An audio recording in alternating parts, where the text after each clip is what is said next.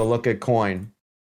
Same thing here, right? At the open, it popped. You were like, yay, I'm getting in, right? It's somewhere on this candle. And then it pulls back and you're like, come on, man.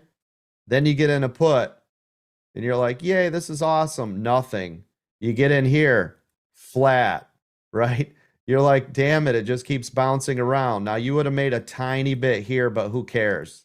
But this one, that's the meal ticket, right?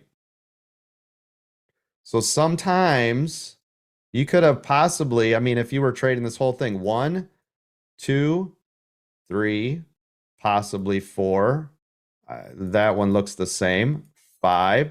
This one could have been 6 trades on a 2-minute EWO, right? And again, then, so this is what we like to do. Now, this is off the 2-minute EWO, obviously. But again, I just need you guys to know, like, some of you are like, damn it, every time I get in and it just goes against me. Well, go in it again, and then again, and then again, and then again, and then again, until it does what it's supposed to do, right? Now, if we break this down into the 2-minute, this is also going to help either give you strength or weakness inside of your trade. That was the trend. Then it did this. Then you know, there's no trend in here. It's flat. Then you would have drew a trend line and you would have went, this is garbage, right?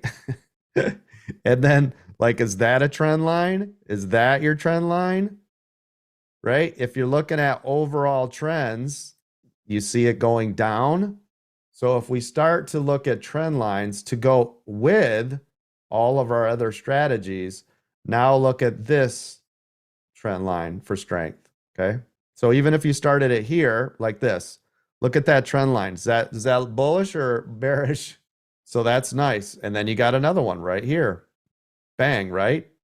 And then you got another one right here.